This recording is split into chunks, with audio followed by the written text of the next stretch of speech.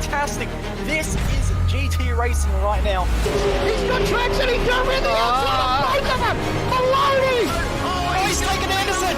Anderson's up top here! Oh my god! Oh, big crash! Oh my goodness, half the field's gonna get rolled! This is very close. These guys are going to want to make their way through the field very quickly. Oh, here we go! Oh no! That's massive! This is it! This is over! I can't believe this! Oh my god! God, what?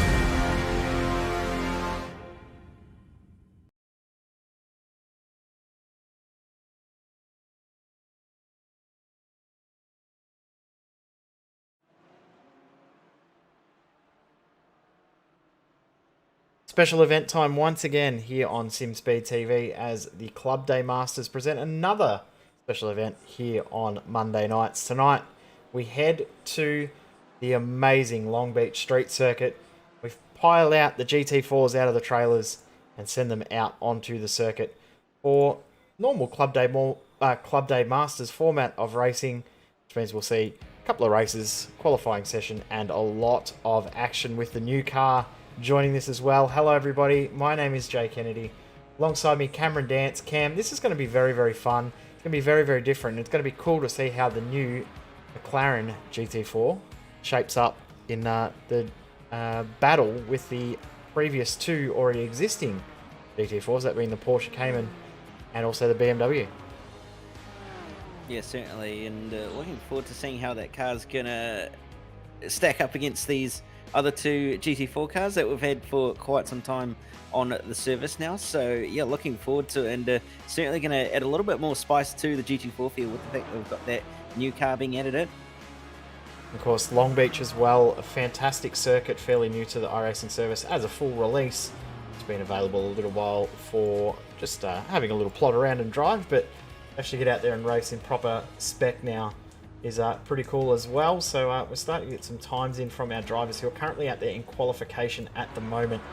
And I must say that some of these cars look absolutely stunning in the way they're being presented for this event. And of course, this car, not too disfamiliar for a lot of drivers in Club Day Masters. This was the car, that being the Porsche, that was run in the very, very first season of Club Day Masters. Yeah, it certainly was, and obviously being a little bit of it being going back to the future, I guess, with the fact that we're jumping in the GT4s, and back then obviously we didn't quite have the McLaren and the BMW, so it was only really a one-make series, but certainly good to have some new GT4s out there, and certainly mixing it up with the Porsche this time out at Long Beach at least. Yeah, it should be really cool to watch how these cars go. As we said, we're in qualifying at this present stage, and time slowly starting to come in. We'll try and pick up someone that's just starting a lap, and I think Jack Boyd might be the driver to have a look at here in the wonderful Porsche. Sounds amazing, looks amazing, and it is an amazing car. It's actually on his second flyer, so it says that to me that the tyres do take a little bit to get up to 10th, but it does look like this is going to be a very, very competitive field. We will also have some drivers joining us on Zoom throughout the show as well. Yeah, certainly, it'll be good to see the reactions of all those various drivers on Zoom tonight with their webcams currently plugged in, and seeing what sort of drama is going to unfold and what's going to happen on the screen at certain points. But yeah, looking forward to seeing what's going to happen in qualifying here as we're both starting to get some more laps in and get some heat and pressure into the tyres. Like you said, they do take a few laps to get some form of pace out of them, so you'll probably find that guys will start to get their late representative lap times down in their third or so lap. But so far, Dylan BIRSE and Jack Boyd doing a fantastic job at the front of the field. It's seeing some very, very good times, and Dylan BIRSE with a real massive advantage with a 23.2 compared to Jack Boyd's 24.0. Definitely is, as we've got Lee Harrison on screen.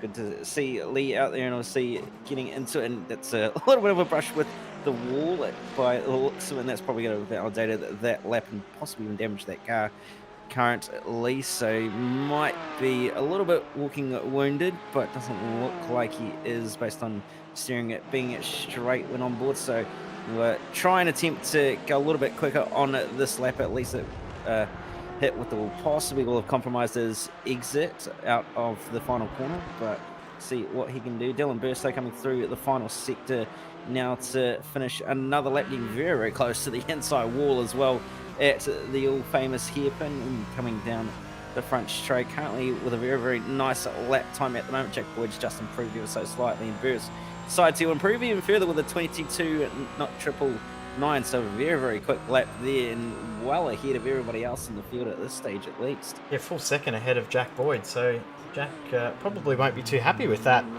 gap, so it's fairly decent margin there. There's got a couple of drivers that look like they've actually ended up down their skate road. That's our highest placed of our McLarens, that being Michael Smith Crossing. It seems unusual to see him in a livery that's not reminiscent of a Shell V-Power car, isn't it? It's a bit weird. Going to take a little bit of getting used to tonight, of course. Will be the last special event before we get into the season proper next week as well, which will be pretty cool. We're looking forward to that, and that'll be multi-class as well, so going to be a nice little addition for Club Day Masters starting next week.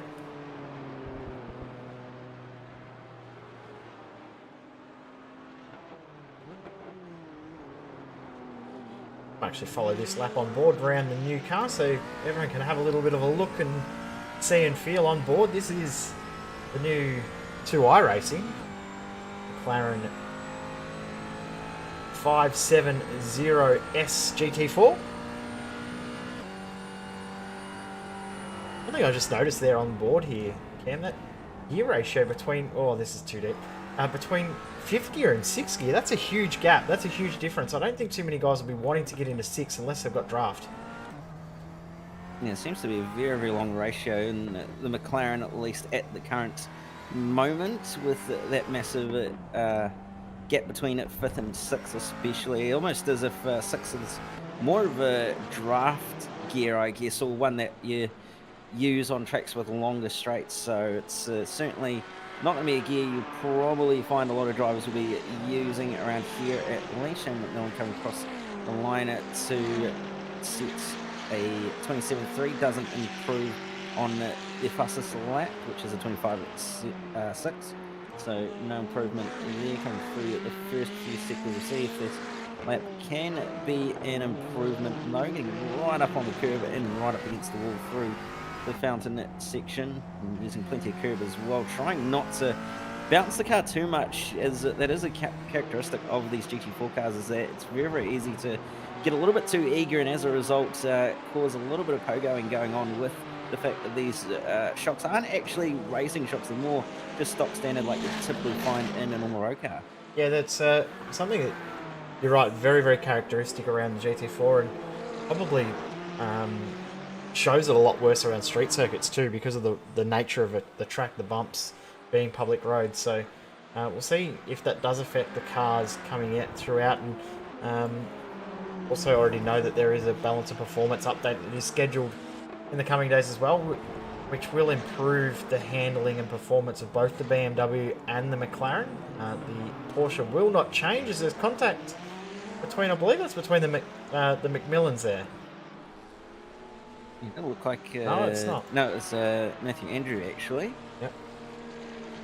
McMillan will be upset about that, because he was on what looked like a decent lap there, but we're coming up to only half a minute left. Of course, once you cross the line, that is the end of your session. Aaron Oliver will be one of the last to get a lap in. Current best for him is a 25.2, and that is an improvement. Yeah, very nice improvement to move himself up into P6 for Aaron Oliver. Then possibly a little bit of help of the draft from Isaac Edwards, who's just ahead of him, and seeing come across the line and down at the front straight now. Very, very nice looking at BMW as well. We get into race number 1, and the starting grid will be as follows, with Dylan Birse and Jack Boyd on the front row of the grid. Row 2 will be Lee Harrison and Michael Smith Crossing. Good job from Michael there to get that probably a little bit underpowered McLaren up as high as he did. We've got Will Newell and Aaron Oliver on row 3. Row 4 is Ivan Vantagiato, and then we've got Kobe Williams also there alongside Mario Vartanian and George Gutierrez, rounding out the top 10. Yeah, over the page, you have Glenn Boyd and Matthew McMillan on row 6, Matthew Ansel Taylor and Shannon McMillan on row 7, Nick SKARAJEW and Liam Complete on row 8, Matthew Andrew and Richard Brookfield on row 9, Hayden Felici and Isaac Edwards round out the top 20, and then you've got Dale Carpenter, Anthony Connors, Hayden Jericho, Byron Phillips, Jackson Barry, Don DeBono, Damien Carnes and Greg Holmes to round out the 28 car field. 28 cars all lining up behind the iRacing Porsche safety car. Wondering what safety car we were going to see tonight. We might have seen the new one. Of course, there is a new safety car that iRacing has released, a pace car, depending on what you want to call it. It's all the same, isn't it? Which, of course, is the quote-unquote sedan. Doesn't have any branding on it, so it's just a sedan. We've argued a little bit around what it actually is, the sedan. I've said got a little bit of Ford Focus, Ford Fusion about it. Some people have said the Kia Optima, very, very similar to that. I think you could name any current or previous sedan, and it's got a part of it that is in that car. Yeah, you're probably right. It's very, very reminiscent of so many different cars, and I guess that's the problem with modern day sedans, is they all kind of look the same in some respects, but certainly it's a little bit of a mix and match of various different cars, but could also be a few different manufacturers that it could possibly be, but who knows. It's end of the day, that's the whole point of it being unbranded. It leaves you guessing, I guess. Yep, we have also seen the unbranded pace truck for dirt events, so just realised I've put up the lap counter as time. I don't really want as laps. We don't want the laps one, we want the time one. There we go, that'll be better. Estimated to be 25 laps of racing for race 1, which I don't think sounds right. I think more like 21 will probably be about right. Conditions, that race format is wrong, because that is from last week. So I just ignore that. We won't worry about that. I better make sure I fix that for next week. This was thrown together very, very last second, so there's already cars making contact through the hairpin. That is no surprise either. Yeah, very, very tight hairpin to finish the pace lap, and everybody sort of figuring themselves out and underway, in a very, very nice jump from Dylan Birse to lead the field away over Jack Boyd, who's been kind of left for dead, and then everybody else sort of scrapping for position as Lee Harrison manages to get around at the outside of Michael Smith, crossing on the way down towards turn 1, nearly 3 wide in the background as well, with Vantagiato and Kobe Williams, and that is Williams is going to sweep around the outside of Vantagiato. Contact. Take that position off him. There was contact there between, I believe that was the ILEC car of Liam Caplice, but we do have a car around. That is Jackson Barry. That car looks destroyed. Hayden Jericho went straight ahead, and Dale Carpenter also trying to rejoin the track. He had issues at the start. We also saw Will Newell drive into the pit, so he received a black flag very early on. As we've got another car around. I believe that is Liam Caplice this time, who's in the wall. And that is coming out of turn 5. There's another car around in the background. That's George Gutierrez. There's been a few victims in this race already so far. We've only done a handful of corners. There's 2 cars in pit lane as well, by the looks of it, unfortunately, due to what's happened on lap 1. The likes of Anthony Connors and Jericho, Byron Phillips and Jackson Barry all falling victim to the street circuit, unfortunately, at this point. Very, very unique street circuit as well, because it is so tight. That hairpin is incredible, literally falling back on itself. Of course, it has been used for all sorts of series all around the world, including Formula 1 way back in the day, IndyCar it's most known for, but Formula E also raced here on a shortened version of the circuit where it turned right at pit exit instead of going straight ahead through the fountain section, which sort of disappointed a lot of the drivers because they didn't get to drive around the very, very famous fountain here at the amazing Long Beach circuit, which we're just going through now as we're watching Michael Smith crossing. He's had a shocker of a start. Of course, it started 4th, already back to 8. Kobe Williams up a few spots already.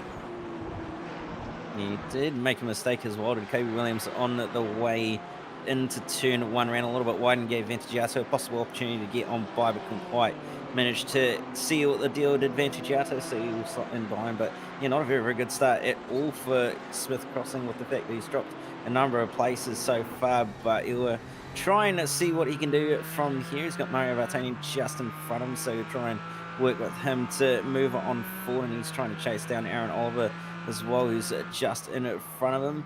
Is it getting very late on the brakes, a little bit wide of the apex as well compared to Aaron Oliver, but managing to still pull the car up very, very nicely. Very cool little battle these guys have got going on at the moment, so great to watch these two go at it.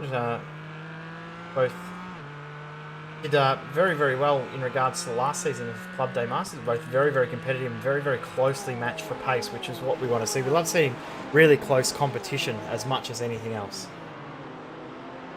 Yeah, there's certainly some very, very good battles amongst those top few, especially with the likes of Mangiato, Oliver, Vartanian and co, who all scrapped it out right until the end and left nothing on the table at all, and couldn't leave each other alone all season long, really duking it out with each other. So we'll see what they can do in tonight's racing at least, and that's a spin for Matthew McMillan. Yep. So McMillan spinning from a lap down. He's coming into the pit, so he's obviously picked up damage early on. I must say Liam Caprice is having a lot of trouble. He's facing the wrong way. I'll tell you, these things don't do flick spins. One thing these guys may have forgotten about these cars, they do not flick spin at all, so gotta be a little bit careful to get it facing the right direction. But here's a battle now between Vartanian, who has got the run on Aaron Oliver, and look to get this move done. He certainly has managed to get that move done very, very easily with a move up the inside, and is going to take that position off him and be on the charge for Ivan Vantagiato, who's just up there and starting to apply quite a bit of pressure to Kobe Williams at the moment, who seems to be carrying a little bit of damage, and Williams dives into the lane, as well as a few others like Jack Wood and Lee Harrison to get a pit stop out of the way. Yep, of course everyone does need to make a stop at some point in this race, so some drivers will come in as early as possible and try not to get undercut effectively by the safety car as opposed to anything else. I must say, Dylan Birse, have a look at the lead he's got. 8.3 seconds is the current margin at the front of the field. So there's Vantagiato in P2. They're not even in the same postcode, let alone in the same shot of camera.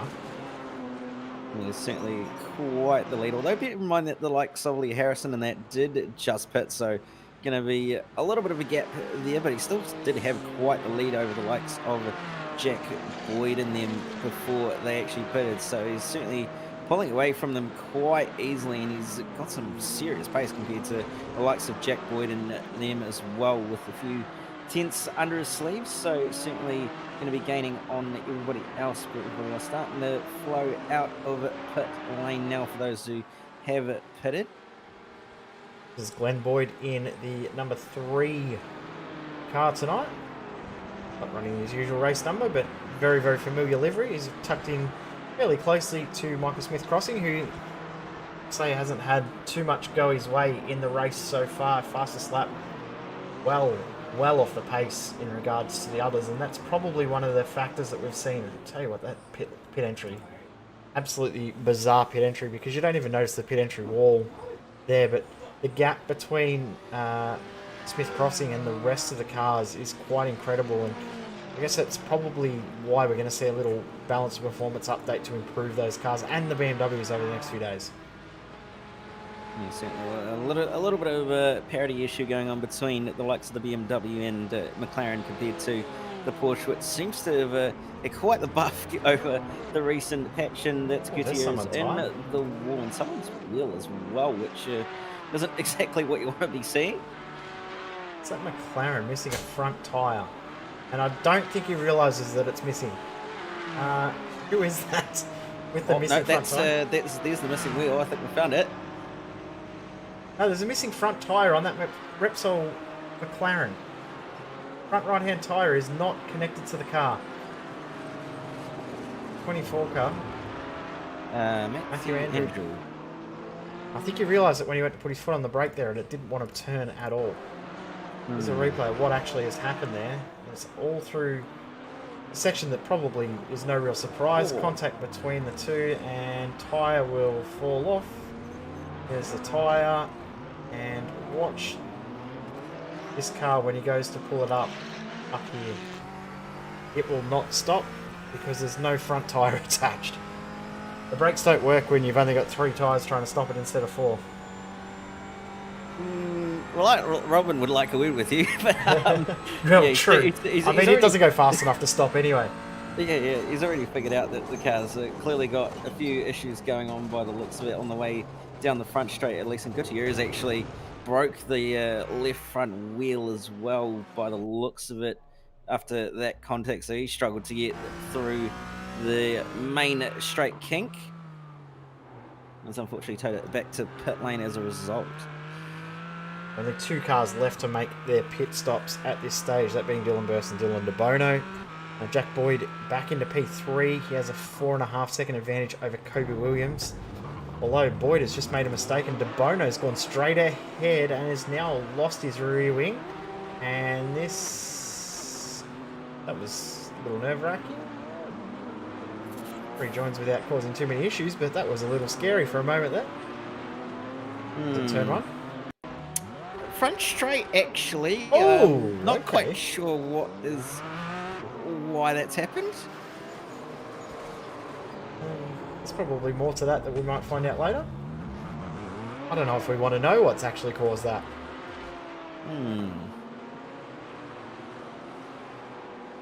The De Bono still has to make his pit stop, and that car will be struggling with damage, no rear wing, and probably overheated tyres as well. It's getting absolutely rounded up now. Hansel Taylor gets through. SKARAJEW also looking to come through. So starting to struggle quite a bit is Dylan De Bono.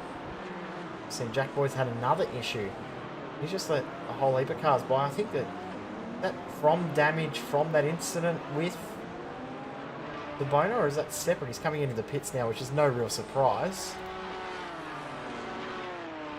Hard to tell. It doesn't look like he's hit the wall anywhere. Oh no, he has actually brushed the wall on the way towards turn 6, although it actually looks like the right front's actually just completely let go on him, actually, on the way down there.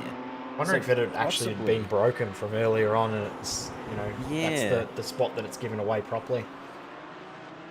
Yeah, could very well be the case indeed.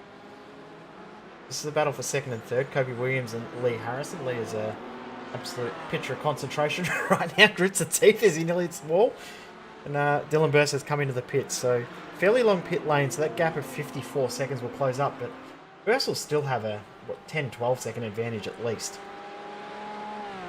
Yeah, the very nice buffer in hand when he exits pit lane.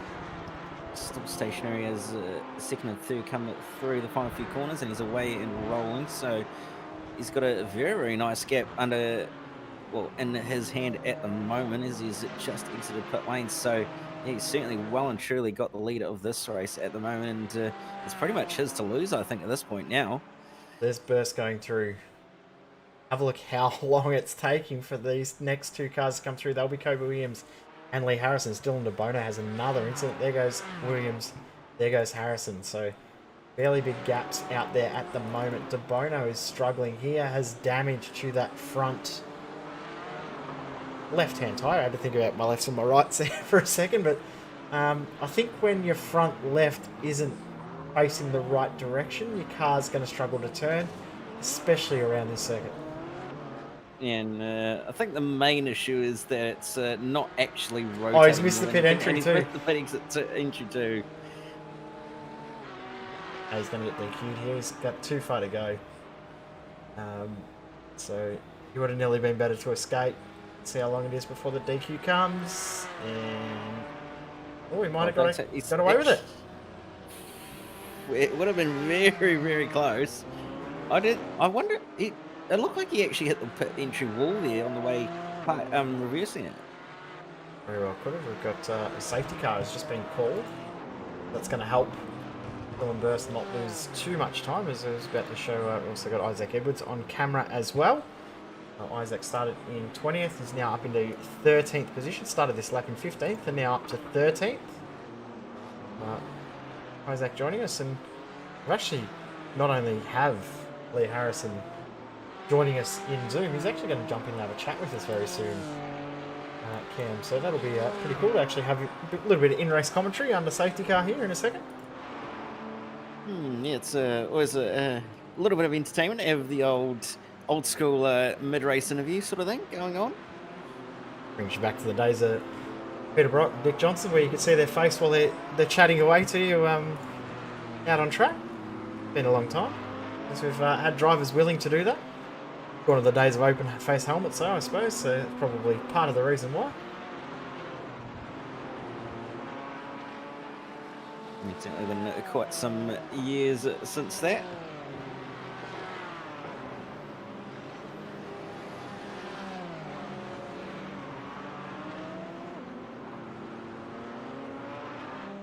So safety car out after about 13 odd minutes of racing here in this one.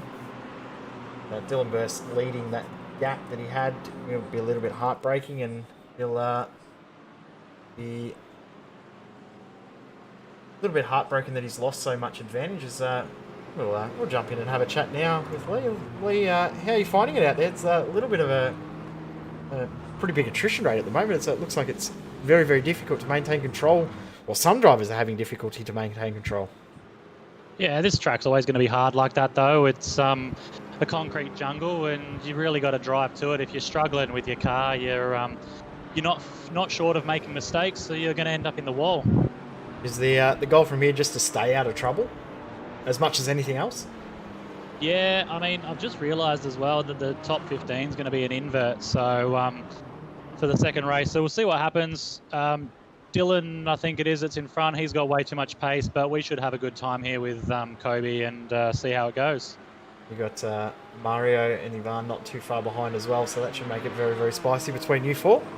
Yeah, I was very happy that we had a sort of 5-second gap there over Mario, and we were just holding that down. So now that this safety car's come out, it's done what it's done. It's done what it's intended to do, and it's bunched this field back up. So Aaron's not too far behind as well. He's not to be counted out. I don't know what's happened to Jack, but I'm sure he will recover quite quickly as well. Yeah, Jack's had to come in and make a second pit stop. He's got fairly substantial damage to his car, so he's had to come in and get that sorted. But yeah, as you said, he'll come back. He's currently back in 14th, so you might end up seeing him at the front for race 2 instead. There's a few guys coming around to get their laps back. That'll make things interesting as well.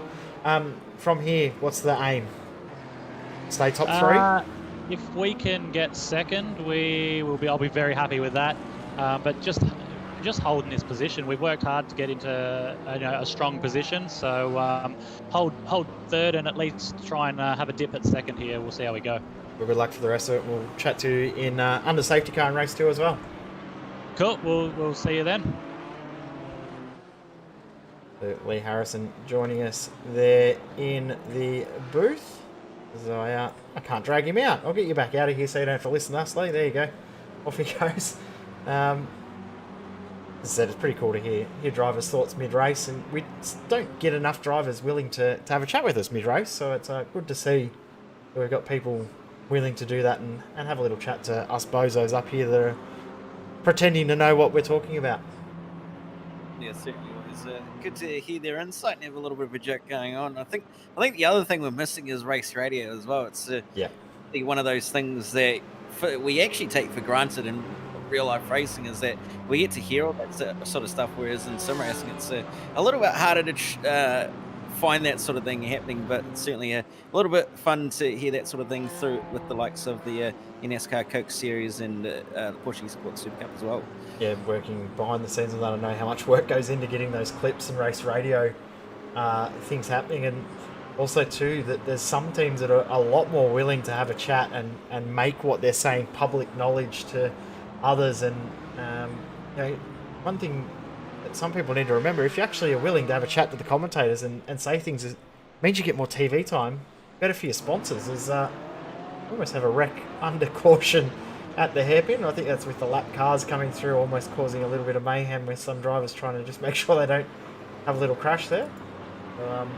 But yeah, that's something that I've always been surprised about, is drivers that aren't willing to get out there and put your face or your voice out there. That's less time that your sponsors are going to get, because someone else is going to take that opportunity, and they're the ones that are getting the TV time for their sponsors. It's certainly one of those things I don't think many people really actually think about, to be honest. So, yeah, at the end of the day, if Some are starting to. Some are starting to. You're right. Well, like there, Lee just got an extra 4 minutes of TV time because he was willing to have a chat to us, and he's willing to have a chat to us later on. So, if anyone else wants to do that throughout next season of Club Day Masters, we're going to open up the Zoom call throughout the whole season. So we'll have the webcams going, and we'll try and talk to someone under safety car every race next season as well. Try. Not always possible, because there's sometimes that the people that want to have a chat end up in some sort of controversy that probably don't want to talk about. Probably be me if I agreed to say, yeah, I'll have a chat. I'd end up punting someone and not want to talk about it. I mean, I'm not far enough up and up. Yeah, I mean, at the end of the day, that is the thing about racing, and at the end of the day, some things happen, some things don't. You can't really control them. 100% right. Lights are out on the Porsche safety cars. We've got Porsche in P0, that being the safety car. Then we've got the first 6 positions, all Porsches. McLaren in 7th position. Then we've got another Porsche, Glenn Boyd. And then we see our first BMW in P10, that being ex-SKARAJEW. Not very many BMWs out there tonight as well. We've only got 1, 2, 3, 6 of them. I didn't count 1, 2, 3, 6. That is not how you count. I just counted 3 in a row, plus 1 more, so it's okay. I didn't count Australian counting. I mean, it would work, but at the end of the day, it's probably... Well, it's still accurate. Yeah, I did get to 6. Accurate. It's the right number. It just didn't count that way. We get ready to go racing. We've got 10 minutes of racing left, which will be around about 8 laps, I'm going to say.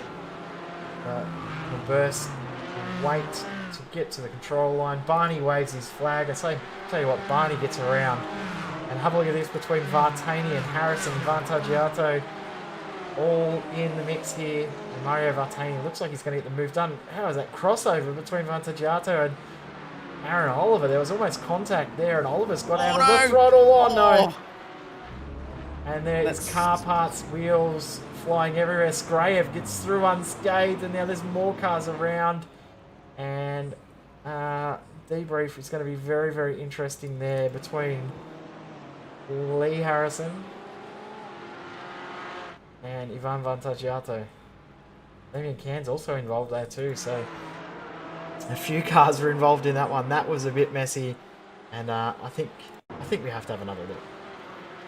Yeah, we certainly do have to get a virtual racing school replay of what's happened here, and just looks like Vantaggiato's just gone in a little bit too deep on the brakes to try and get up the inside. And unfortunately, the gap sort of evaporated. Unfortunately, he's tagged his teammate on the way through, and massive impact as well, and it clipped Aaron Oliver on the way through. And unfortunately, Michael Smith crossing with nowhere really to go, and just being an innocent bystander as well. And a little bit of bad luck as well for, I believe that Shannon McMillan as well, being involved with the fact that they tried to avoid it the best they could, but just not quite able to come away unscathed. But on board with Michael Smith crossing, you can just see there's a little bit of a car park in front of him, and unfortunately just nowhere to go really.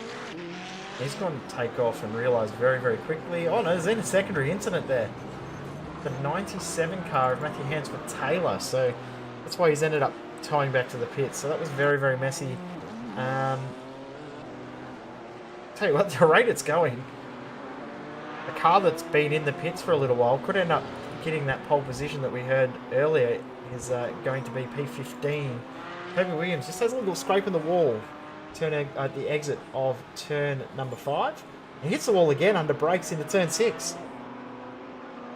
Yeah, nearly hits the wall there as well. So very, very lucky to get away with that one and not breaking up right there. But this is pushing very, very hard and using all the track that he possibly can, and some extra as well with the scraping some paint off the side of the car.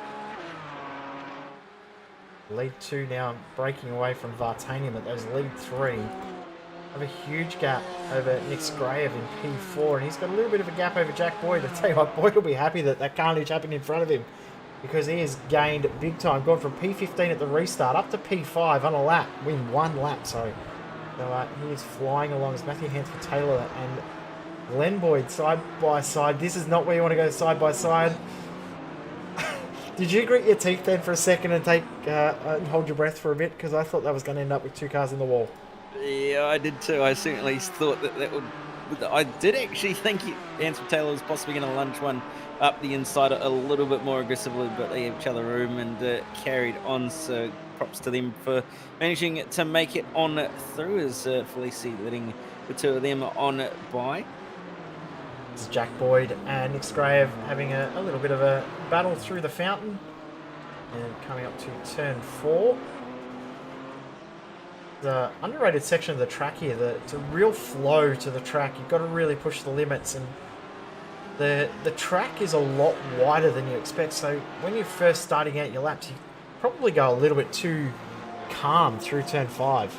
And you lose a lot of ground there if you're not too aggressive, or not aggressive enough, I should say.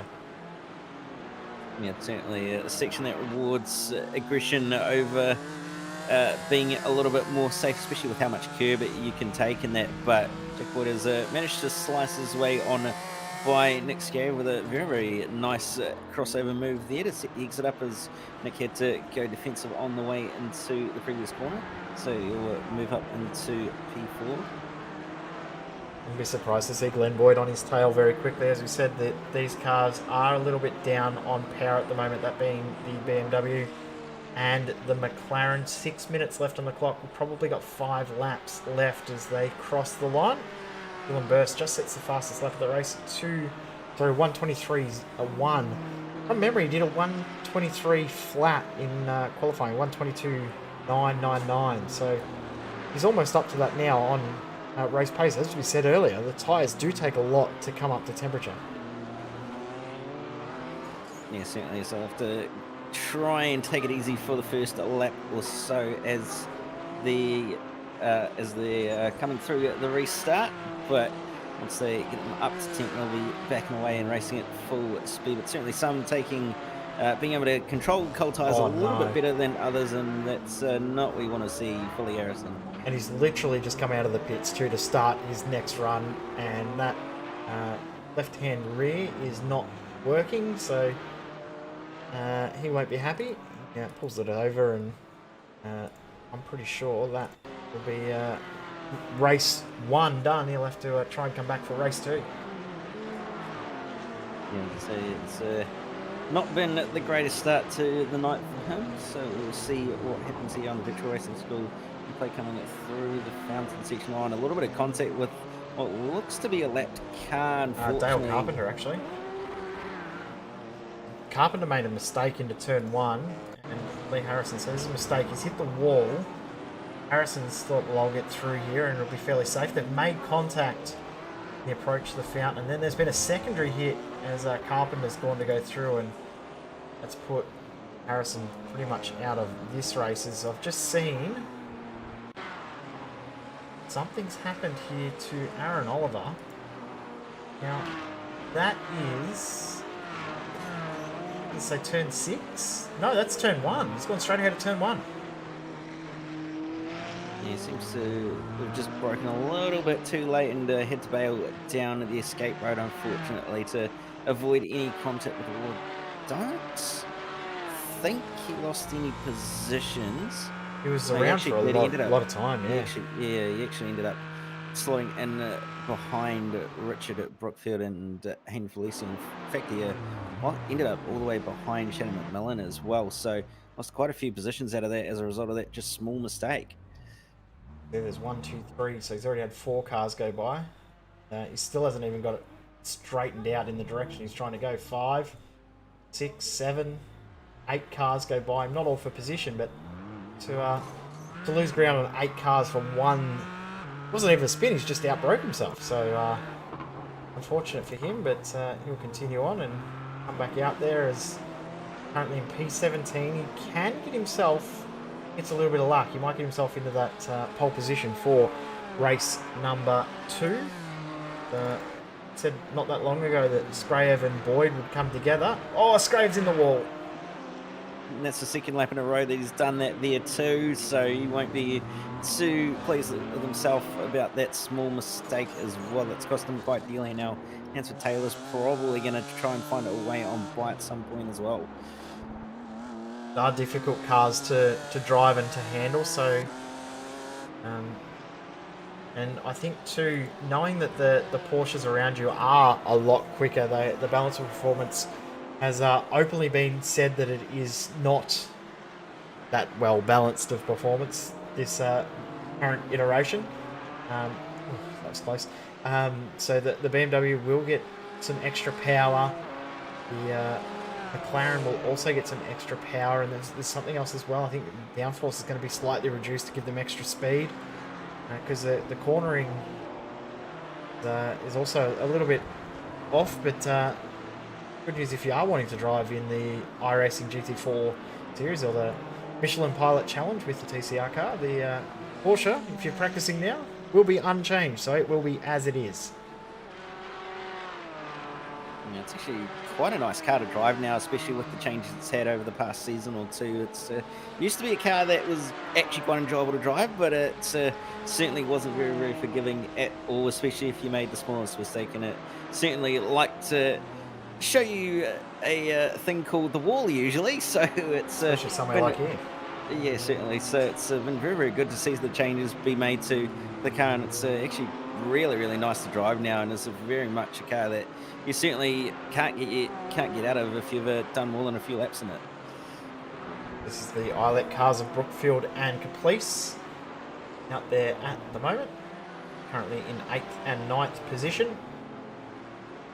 Aaron Oliver just in the background, a lap down, but he's going to get a position here, you would guess, on Hayden Felici. No, backs out of it. There's a car stopped inside that being Jackson Barry. But Felici will lose this spot here. You would have to think, based not necessarily on his pace, but just the fact that you've got a Porsche closing up so quickly. They just look so much better in the way that they're behaving out on the circuit. Yeah, certainly handling the bumps and just rotating everything so much better, as Carpenter's had another moment on the way onto Shoreline Drive. And Jackson Barry doing Jackson Barry things, no real surprise. We are on the final lap of the race. Clock nearly down to 0. Brookfield still holding on for Caprice. At the moment, the transfer spot, the pole position spot is Michael Smith Crossing. So all of these guys here will want to be careful to not make an error on this last lap. As the clock hits 0, Dylan Birse, half a lap to go, so he's still got a little bit of time, but the police will want to get this done before the end of this race. Yeah, certainly will want to get away on by his teammate, or Beaker as he seems to be called on the car. So we'll see what Caprice can do here and whether he's going to be able to find a way on by, but he'll certainly want to try and gain an extra position, although that said he possibly might not, with the fact that he will start ahead of his teammate in the following race. But Dylan Birse is going to come across the line and to take the win. Yeah, right alongside. It was, I'm not too sure, Dale Carpenter was stopped at the finish line because he didn't want to have to go around for another lap. He was struggling. Kobe Williams will pick up second position. Third will go to Mario Vartanian. Jack Boyd comes home in 4th. Glenn Boyd will get 5th position. Matthew Hansford Taylor and Nick SKARAJEW will be 6th. And, well, maybe not. There you go. Caprice has got through on Brookfield. And Caprice and SKARAJEW drag race to the line. Who's going to take this? Caprice is going to get it. And he does by a couple of hundredths of a second. Brookfield finishes 9th. Shannon McMillan in 10th. Hayden Jericho in 11th. And that is the entire field done, other than the guys that are a lap down. But Dylan Birse, great first drive. It's certainly a very nice race to come away with the win. And a very, very dominant performance as well, to win by over 12 seconds as well over the likes of Kobe Williams. So some very, very strong pace in that Venable racing machine. Yep. So Birse, Williams, Vartanian in the top 3, as we said, and Boyd, Hansford Taylor, the first of the non-Porsches. No, he was in a Porsche as well. So the first non-Porsche was Nick SKARAJEW over the page, because we did run through the top 10 as they finished. as the timing screen decides to reset for the next session. Let's bring that back. There we go.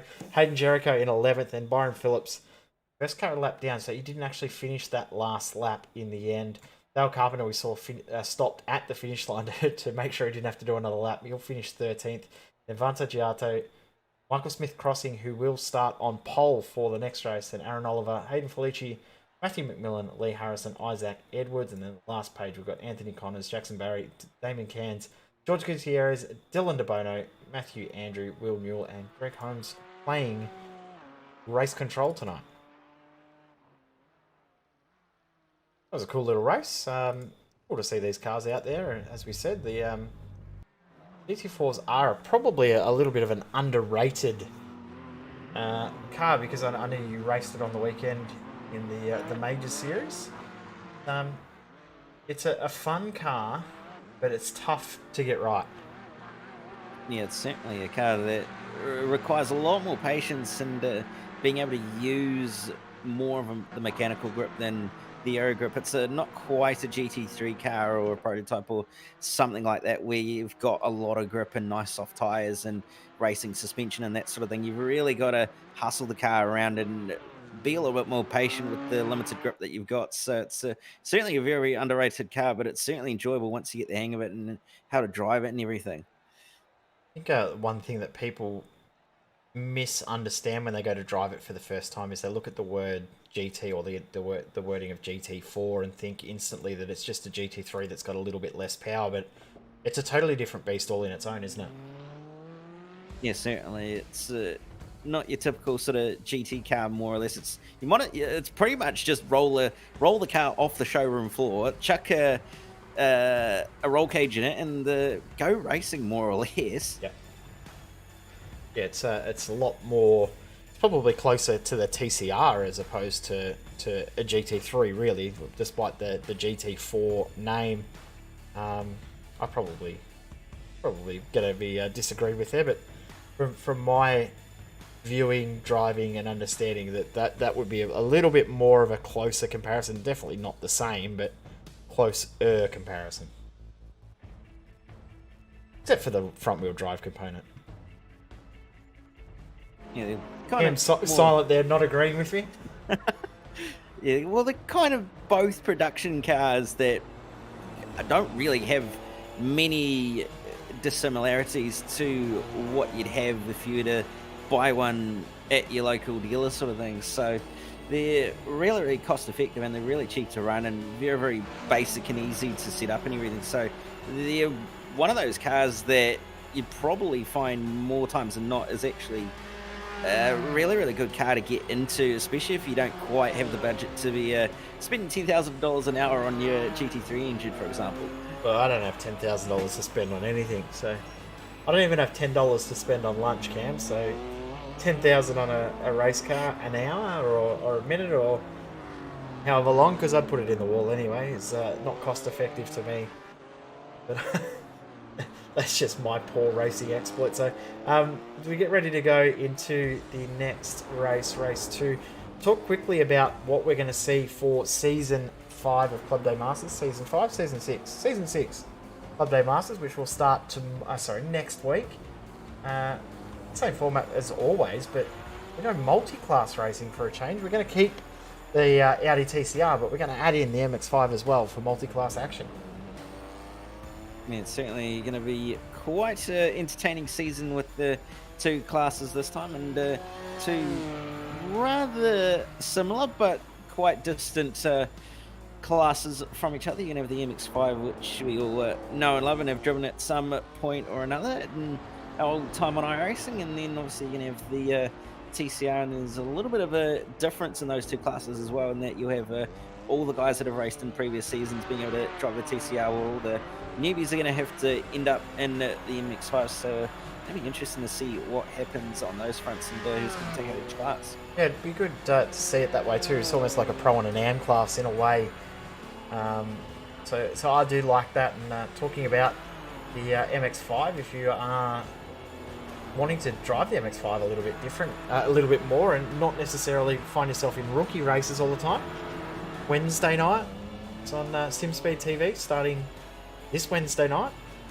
the community voted for the series that we will broadcast here on each and every week of official racing, and they voted for that car. So the Advanced MX-5 series will be on at 9:15 p.m.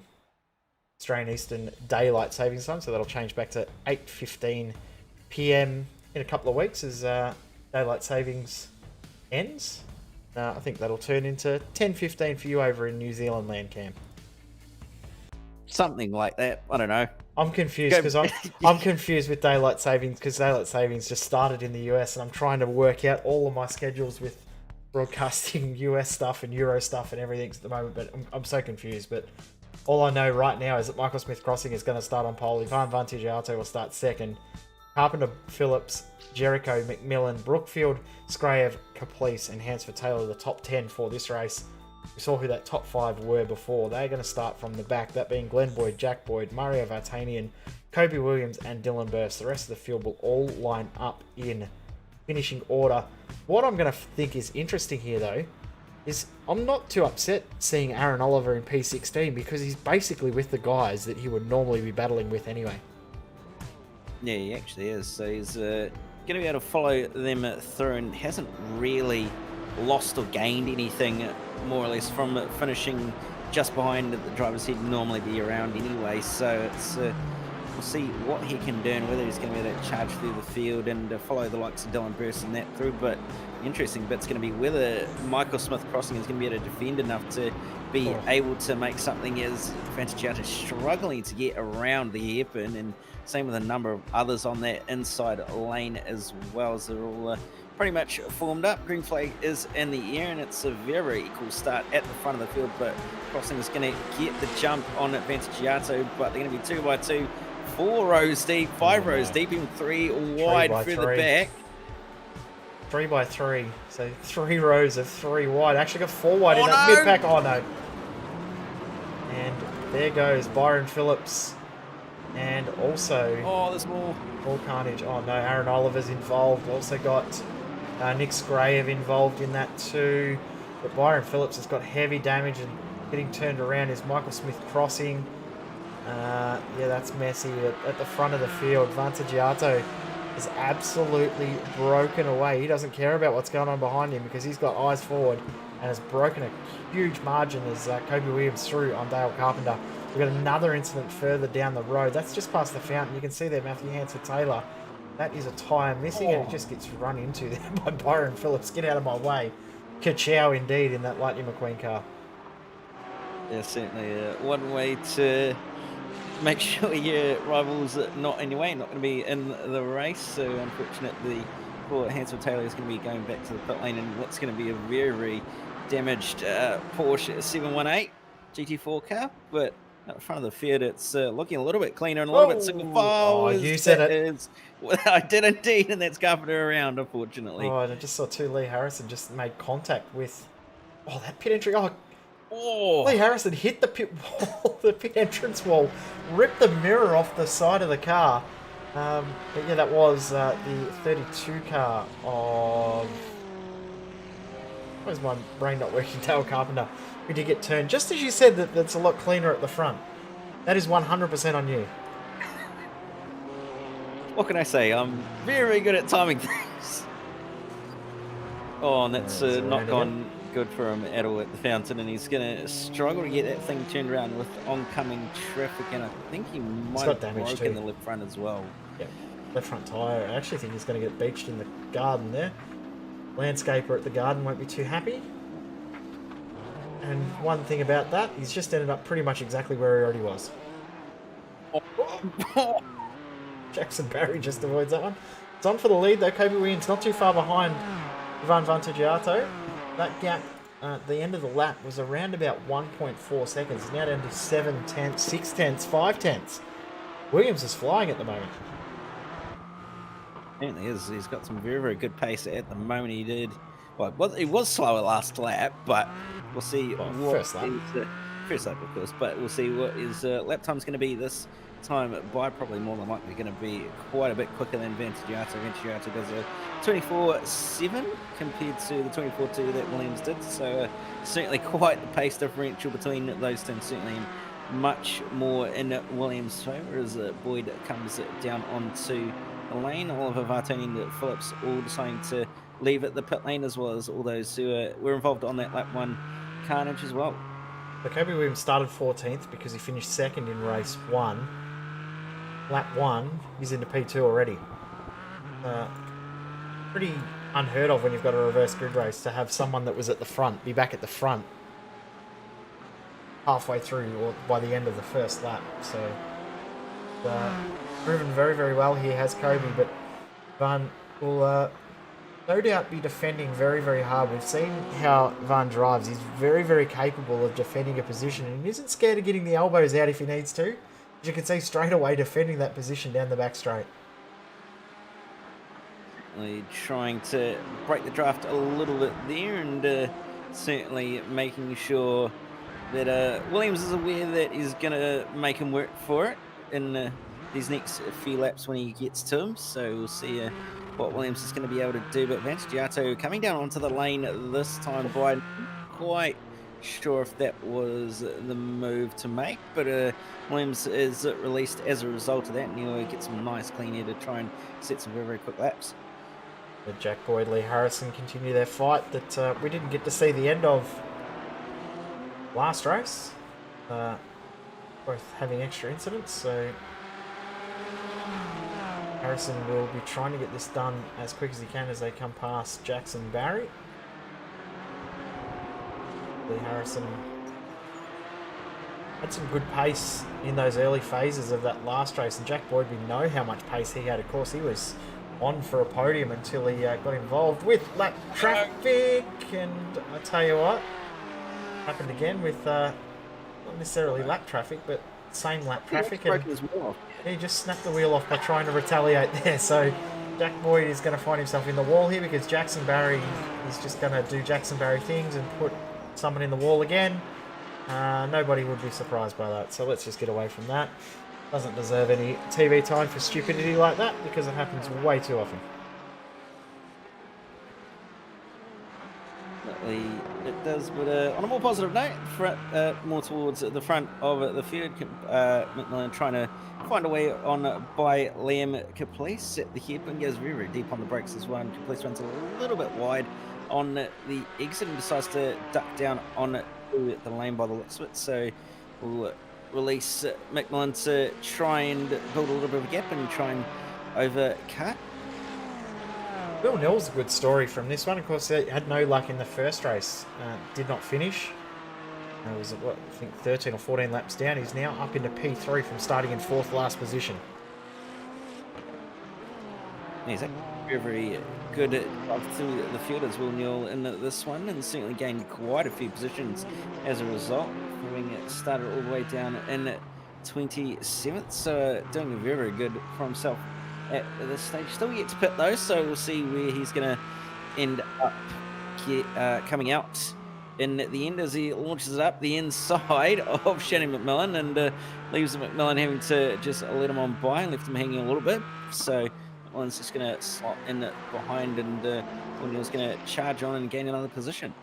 One thing about this circuit is if you are brave enough to be aggressive when you overtakes, you can get them done a little bit easier because you almost force your opponent to back out of a situation that they don't want to find themselves in. So Dylan Birse just does the fastest lap of the race in his 3rd flying lap after making his pit stop, and he's going to find himself not too far away from Liam Caplice, who's just come out of the pits. This will be a good little battle between these two. I'm interested to see how they go, but McMillan and Newell both come into the pits as Newell just got through at the hairpin as we flick away from it, of course. So it leaves one driver in the entire field left to pit, that being Kobe Williams at the front of the field. I'm still continuing on for these past few laps. It's a pretty reasonable lap time, some mid to low 24s.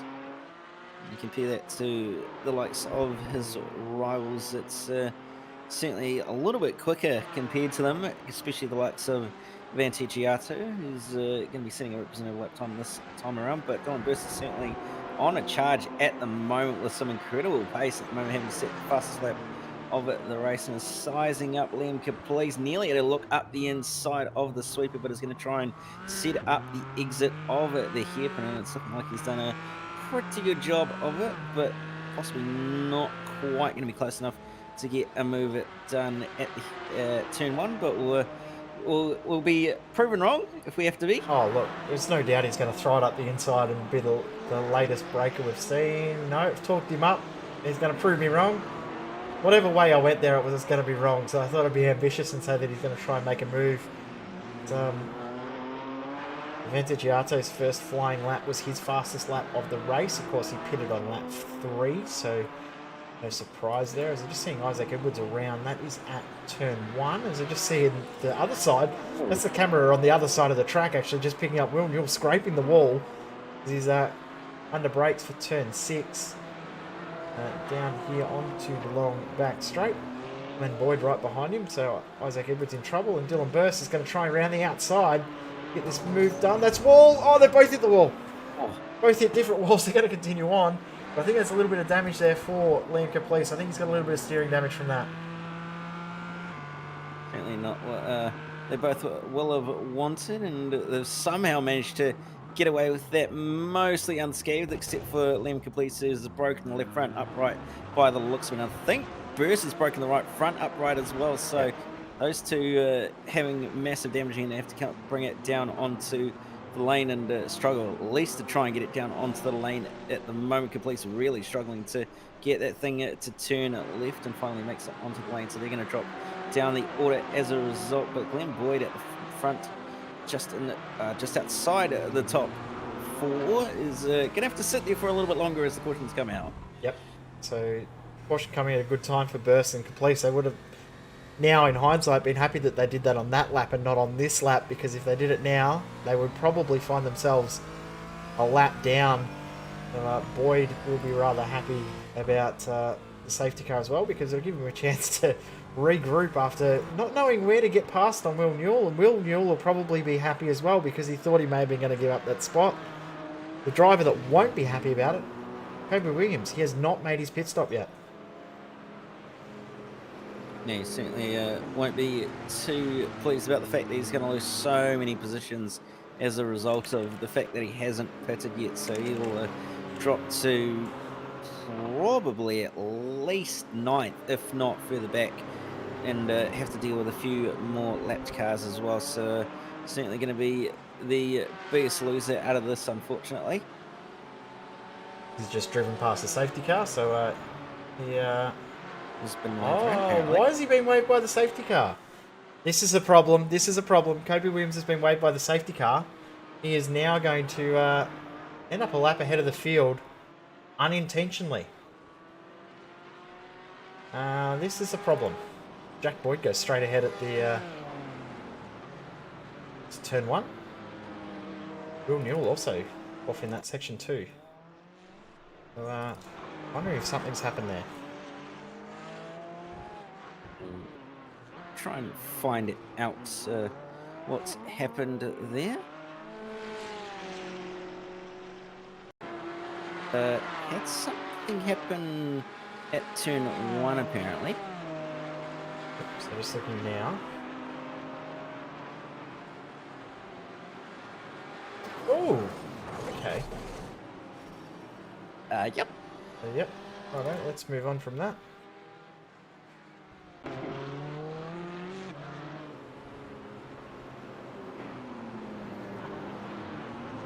So, the race admin team will be just trying to work out what they're doing here. They're going to wave everyone by the safety car to catch up, back up into the correct order, so that Kobe Williams doesn't end up a full lap ahead of the field. The right way to fix the issue that they just had.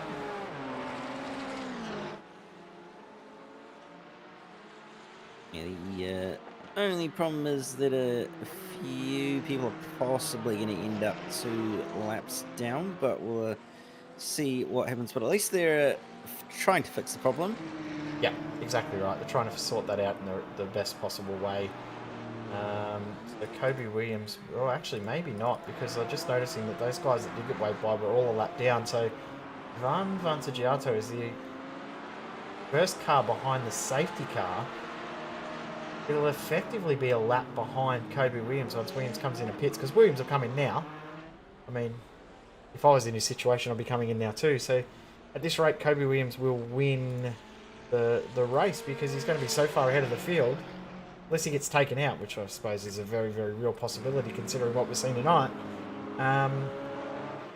This is his to lose from this point. Yeah, it certainly is. You get quite the free kick out of this. He'll pretty much be at the point where he'll probably be actually able to take tyres as well, compared to everybody else who's only going to be able to take in fuel. So he's going to get quite the advantage out of this as a result of that, but doesn't decide to take tyres, only taking fuel. So he's decided to just get over and out with the pit stop. The drivers have been kicked from the session due to their driving standards, which is great to see too. Don't condone, regardless of if you're in a fun race or not, the fact that you're in a broadcast event and you're showing that you are someone that intentionally wrecks someone else, that stays with you. So there's always a permanent record of your behaviour in these events. So always something to remember and think about. And once your reputation is ruined, it is very, very tough to get that back. Yeah, it certainly is. And it's also another thing that it doesn't matter whether it's hosted or an official session. If you're going to retaliate on people and intentionally, well, you kind of deserve to be protested and possibly banned for it, to be honest. I can confirm that there was a little bit of intentional misdemeanors going on in a Week 13 iRacing official race, but was not for iRating or anything race. And Nim was watching, and Nim protested about 8 drivers, and they all got very, very nasty emails from Nim, even though it was a Week 13 race. So even though you think it's not important because it's just a Week 13 funsy race, you can still get reported, still get banned, and your reputation can be absolutely ruined, because people will see you as an intentional wrecker for a long, long time if you want to behave in that manner. There's our vent for the day. Came at 10 o'clock, but, well, for me at least, but at least that happened, I guess. But I'll always vent about people wanting to intentionally wreck and ruin other people's races, or ruin other people's broadcasts that they've paid for as well. So, just pretty disappointed to see people want to ruin other people's nights. Got people that have given up time, had time off work to do practice, and they've had their night ruined by people wanting to go and intentionally wreck other people. And yeah, I think it's just pathetic when people want to go and do that sort of stuff. Yeah, 100% agree with that one. Kobe Williams will have a full lap effective lead here. So I'm sure Race Control have probably realised now that they've made that whoopsie.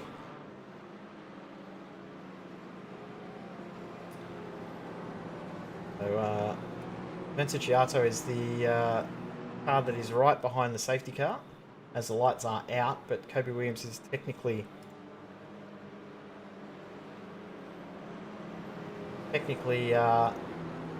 the real leader. So Vantagiato, Harrison, and then Glenn Boyd. The second, third, and fourth cars in line.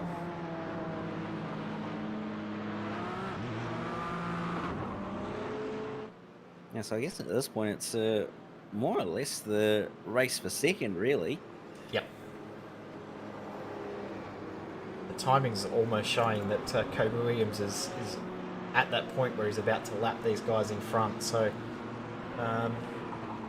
doesn't matter in that aspect, because it is for Funzy's race tonight. It's about getting some extra experience and testing out the new cars and the new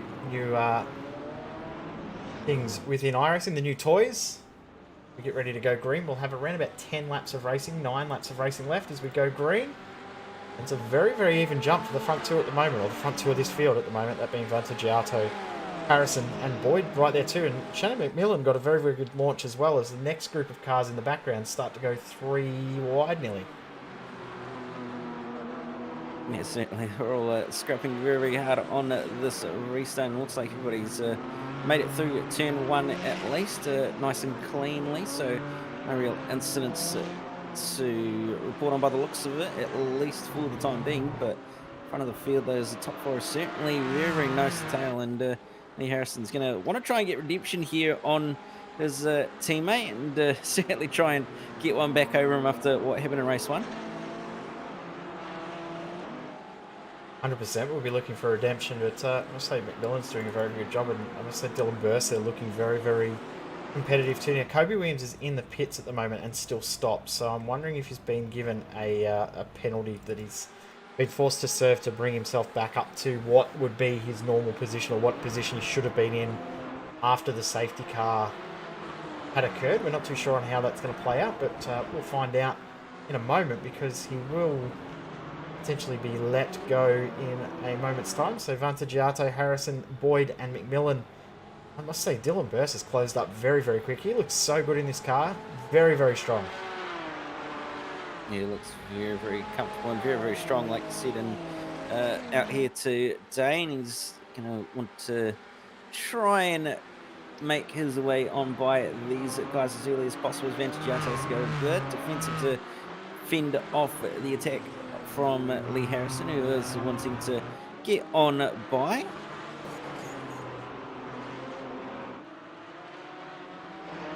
Dylan BIRSE now right on the tail of McMillan, so he'll be looking to get things done ASAP. As McMillan makes a little mistake, and Shannon McMillan will probably lose the spot here. BIRSE is going to have to go the long way round, but the way he's been driving in this race, does it easily. Not even an issue for him to get it done around the outside. So now in the 4th position, Kobe Williams is just back out of the pit. So he's come out at the back of the field, which is probably the right call. He's come out as the last car on the lead lap because, I mean, if he hadn't have pitted with that advantage, or given that advantage of an extra lap ahead, he would have pitted and come out at the back of the field. So unfortunate for him, but I think that's probably the right way to go, and I'm sure Race Control will make sure that that sort of incident or error doesn't happen when we start the season proper next week. Vantagiato, Harrison, Boyd still the top 3, but Dylan BIRSE closing in very quickly. That lap by, it's 0.4 of a second faster than Glenn Boyd. So quite the pace differential there between those two. BIRSE is just continuing to hustle this car around the circuit and continuing to lay some incredibly quick times down over these last few laps. So see what he can do from here and whether he's going to be able to get up to those leaders and be able to actually gain any positions or not. So we'll see what he can do, but hopefully it is going to be quite the fight for him. But we'll see if Lee Harrison's going to be able to do anything at all, because he's still continuing to pressure his teammate, the former Vantagiato, and he's just smacked both ends of the car against the wall. You said you're going to be able to see if he does anything. I don't think that was anything you're expecting him to do. All 4 wheels are still connected to the car, but there's definitely some damage. And will he get around the corner okay? He might have got away with this a little bit more unscathed than we thought he may have from that original hit, because cracking reasonable. I mean, it's probably going to be sitting duck here for BIRSE. Dylan BIRSE will probably get this done very, very quickly, but Lee Harrison will be ruining that mistake there. Yeah, he's certainly disappointed with himself and certainly not very chappy as a result to make a mistake so late in this race as well. BIRSE is going to slip on by, or is he? Is Harrison's going to try and fight this one? Wow. On the way through the fountain section, it's contact between the two of them, and somehow neither of them ended up in the wall there, but BIRSE is going to try and get this one back on him this time by through turn 4 and 5, and he's going to get that job done eventually. He's sealed that position from him. I don't know if it is over. Yep, okay. Lee Harrison had to back out of that. I think Just realised that the damage is probably a little bit too much at this moment. Shannon McMillan now in this too, with the lead non Porsche. Oh, in the background there, you just saw two Liam Caplice hit the wall very, very hard, so he'll be struggling. He's just doing a bit of weaving down the straight to check and see if the tracking of the car is okay. We've only got two BMWs left in this race now, that being Anthony Connors, who we haven't focused on at all tonight, except for there's a couple of laps that we saw him doing under the warm-up session, and also Dale Carpenter, who's still out there at the moment in P9. Harrison now struggling for pace. He's got McMillan right behind. 4 laps to go. Maybe 5. I want to say 4? My timing's saying 5, but I think it's going to be 4. I think it's confused by that safety car. I think it's not liking the laps, and it's calculating it wrong, as Aaron Oliver trying to get up the inside of Dale Carpenter, and I'll tell you what, they didn't want to give each other any room, and there we go. Now, taking advantage of that contact there is the 97 car of Matthew Hansford-Taylor. Aaron Oliver doing the sportsman thing, and he's going to pull up. I thought he was about to redress the position, but he's actually decided to get out of it altogether. We also saw the McLaren of... I don't even know who that was. It was reversing back down the circuit there, so... Who have we got left in a McLaren? It may have been... it was Michael Smith crossing. Yeah, it was by the looks of it, just trying to get out a little bit of strife.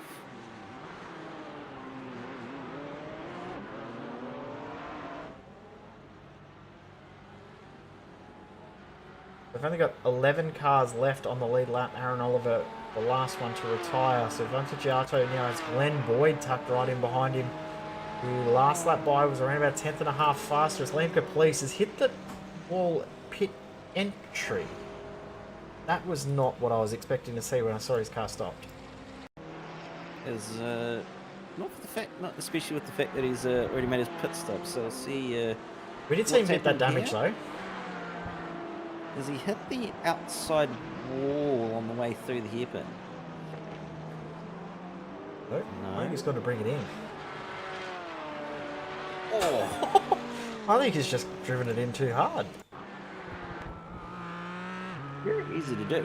It is, because, I mean, you don't really know where that pit entry is half the time. It's in such a bizarre position that you can find yourself not even noticing where the entry is. So you notice the pit entry just sort of there, and he's sort of taken it to... I think he's realised he's messed it up and decided, well, I might as well put it in the fence, I'm done. So one way of doing it, that's for sure. Well, I mean, he hasn't taken anyone out with him, so that's the way to do it, if you're going to do that. It certainly is. Hasn't ruined anyone else's night by doing that. Vantagiato versus Boyd, now down to 1.2 seconds, but I think they're both concerned by that Vendevel sim racing car in the background, that being Dylan Birse. Slap by does a 123.7, 1.5 seconds faster, sorry, 1.1 seconds faster than Vantagiato, so he's flying along. Glenn Boyd was half a second faster. Boyd just did his fastest lap of the race as well, so these drivers are both catching up to Vantagiato very, very quick. As we said, 15 minutes ago, Vantagiato knows how to defend a position and hold a position, so he'll be looking to do that, because he's going to have these two right on his tail, probably at about the same time. Yeah, certainly closing up at roughly the same pace as each other. Wasn't really much difference between Boyd and Vantagiato, but Birse was doing some rapid times. That wasn't the 2037s compared to the 2033 that Boyd did and the 24.8 that Vantagiato did. So Ivan's certainly going to need to get the elbows out in these next 2 laps. That's for sure. With how close it is between these 3, and Boyd's continuing to close, and he's right up on the back end of him now. Yep, this is the true fight for the top 3 positions. We've got 2 laps to go at the line, so we were right when we said 4. Yeah, the timing has adjusted itself and gone, nope, you're right. I agree now, and we have got 2 laps to go. Dylan BIRSE, fastest lap of the race. Vanzagiato 1.6 seconds slower than Dylan BIRSE on that lap. BIRSE with that 23.3, 24.2 for Boyd, but a 24.9 for Ivan Vanzagiato. Yeah, so quite a disparity in pace differential between these top 3, and he's only got 1.5 laps at this point to go, so he just needs to hold on at this point, while BIRSE sort of needs to put in some slightly quicker pace at this stage to find a way on by both of them, and he has to get on by Boyd first as well, so he has to be careful that he doesn't lose any time if he wants to get a move done on Glenn Boyd and move into second before having a go at Vanzagiato. But who knows what's going to happen from this point on, with it being one more lap. But you can guarantee that these guys are going to certainly give it a red hot go if the opportunity presents itself, with the fact that it's one more. Yep. This is going to be the final lap around the Long Beach street circuit for these drivers tonight in Club Day Masters special event presented by Digital Marketing Tribe. Vanzagiato, Boyd and BIRSE top 3, but BIRSE is flying. Vanzagiato's responded on that last lap, but Glenn Boyd not able to hold on there from Dylan BIRSE as BIRSE gets through. That means that now Vanzagiato has to hold on. He's got 0.8 of a second, the margin that he needs to try and hold off this flying Vendaval racing car of Dylan BIRSE. Oh, a big slide though for Vanzagiato coming out of turn 5. That's certainly a very big slide there, and very lucky to not lose too much time, but he wants to make sure he doesn't make any more mistakes in these final few corners. BIRSE is throwing everything he can, including the kitchen sink, but I don't think it's quite going to be enough. But if it is, it's going to be a very, very late and last lap, last moment dive at the hairpin. Vanzagiato he's going to try. A little bit wide. He's going to have to try. Or Vanzagiato's opened the door again.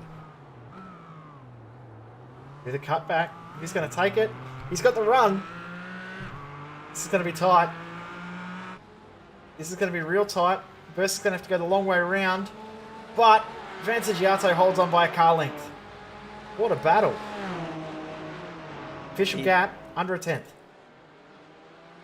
He gave it a go. He nearly had it, but he just set the run up out of the hairpin just a little bit too wrong, unfortunately, and that cost him the win. But props to him for giving it a solid go to try and get there in the end. And still a very, very nice drive as well, from 15th to end up all the way in second place as well.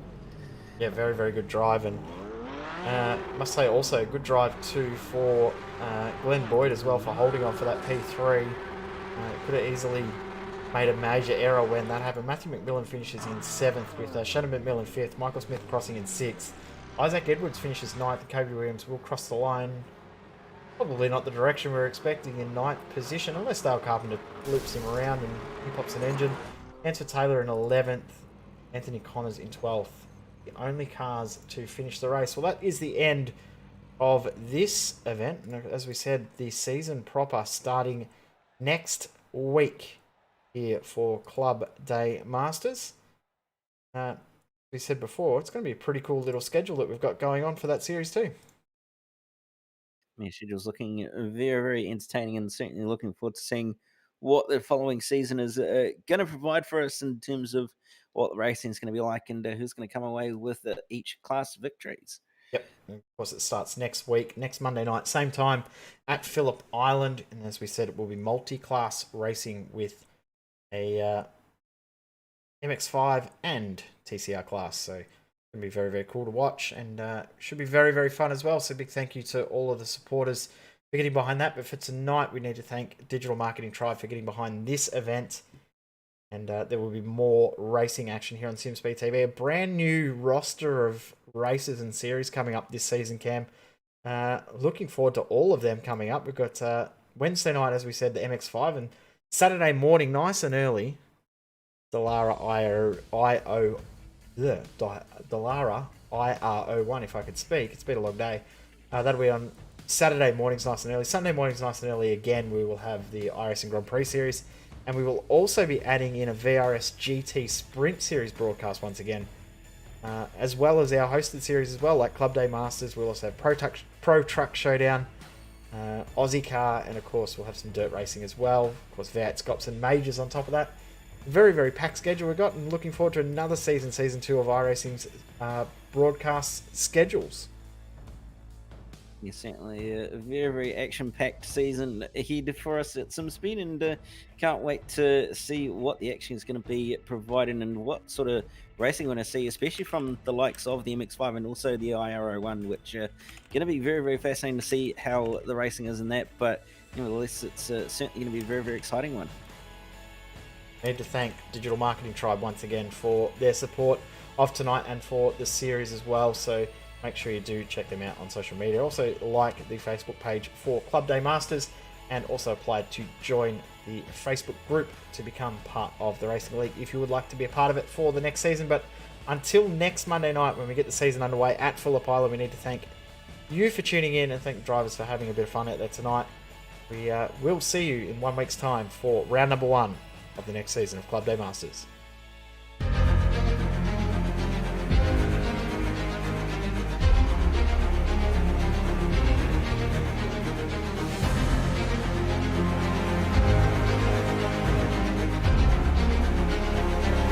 This is fantastic. This is GT racing right now.